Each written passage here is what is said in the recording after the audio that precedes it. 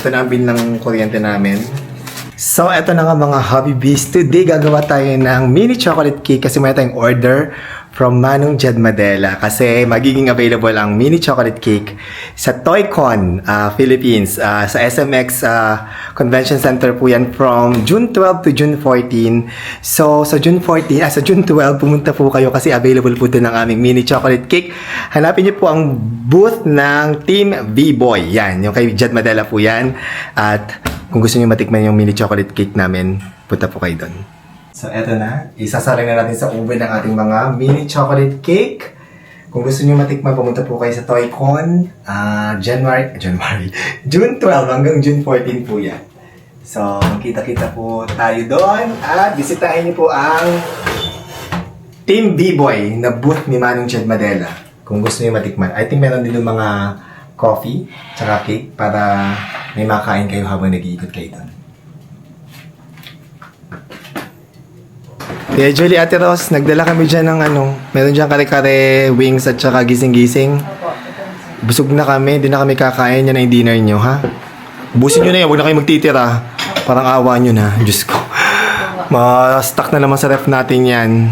Yan, Ate Ros, masarap yung kare-kare na yan. Binili namin sa Manam. Opo, masarap na po sir ang bago. Yes. Meron diyang meron niyang bagoong nakasama. Opo. Alamang. Eh sir, dumating na po pala yung bill ng kuryente natin. Ay, naku, nakikita ko pa naman online yung mga bill ng kuryente ng mga nagpo-post ang lalaki. Kaya nyo din ba? Gano'n sa Nevaisi, ha? Opo, ganun din daw sir. Tingnan mo nga, tingnan ko. Tingnan ko yung bill. Nasaan yung bill ng kuryente pati? Ganun po po sir. Dami ko nakikita nagpo-post eh. Opo. Tingnan mo nga, tingnan natin. Feeling ko pati tayo affected. For sure, lahat naman affected. Nasaan yan? Ay, na, patingin. Ayan na. Guys, ang bill ng Meralco, tingnan natin. Ito na ang bill ng kuryente namin. Guys, usually ang bill ng kuryente namin dito sa bahay, kaya hindi ako nagpapasolar. Nasaan na lang? Between 12 to 15, gano'n, 12 to 16, gano'n, ang aming bill ng kuryente. Pero alam ko naman, nag-expect ako ng mataas dahil ngayon nakikita ko sa online, sobrang dami nagpo-post ng, teka lang, ito na. Teka.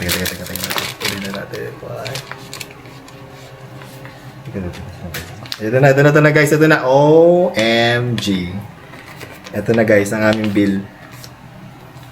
In-expect ko naman to. Pero feeling ko dahil dito, parang kailangan na talaga namin magpa-solar. Kasi marami na nagsasabi sa akin na magpa-solar na kami. Kasi nga, para mas makatipid sa kuryente. Pero with this bill, baka feeling ko, kailangan na talaga namin magpa-solar guys. Ito na talaga yung aming, papakita ko sa inyo yung bill namin. Ayan guys. Magkano Ate Ros? Hala, ang laki po. Nakakalula sir. 29,341 kami. Okay. Nagulat ka, Tia? Ay, si ate nagulat din po. 41. Ano yan, ha? Hindi pa to kasama yung mga pamilya namin na pumunta dito, ha? Kasi yung cut-off nito, wala pa dito yung nag-cook off kami and everything.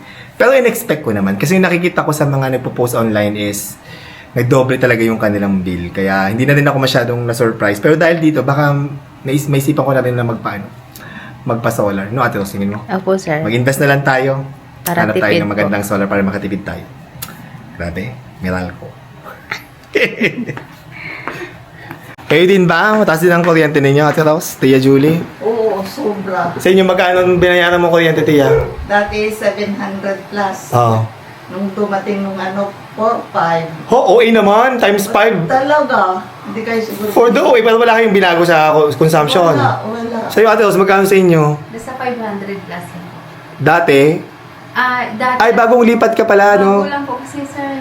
500 plus? Opo. Mura yung sa'yo. lang naman po. Ilaw ka lang? Tsaka- Oo naman si Tia Julie, 4-5. Ang gagawin natin, Tia, dadagdagan ko yung sweldo mo this month para ako na magbabayad ng kuryente mo. Oh, 'di ba? Yung additional Sige, bibigyan kita ng additional.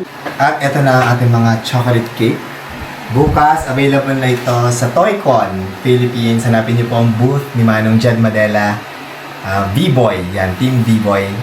Para po matikman nyo ang ating mini chocolate cake. Kita-kits po tayo. Andito natin si Lindy, kakatapos ng mag-live. Kumusta pagla-live mo, Lindy? Okay lang naman po sir, marami naman din pong bumili. Oo, di ba? Ang galing na ni Lindy mag-live. Nai-improve kasi ang social skills ni Lindy sa live. Opo. At tinirahan kanina Ate Ros ng ulam. Yan daw ang favorite mo. Anong ulam mo? Manok po. Manok. Hindi nila kinain yan para sa'yo. Ano po po kinain ba, sir? Nag-ano na lang sila, nagtuyo na lang sila. Ay. Para daw makakain ka ng manok. Ala! Grabe natin, boss. Ayaw na lang humingit, baka daw favorite mo daw kasi hindi, nagkari-kari sila. Ay, kari-kari. Ano namin yan, dinala namin yung galing sa kinainan namin kanina. Kasi sir, wala po kaming ulam eh. Yes. Ayan, kainin nyo na yan. At Thank you ano, po. alam kong gutom ka na.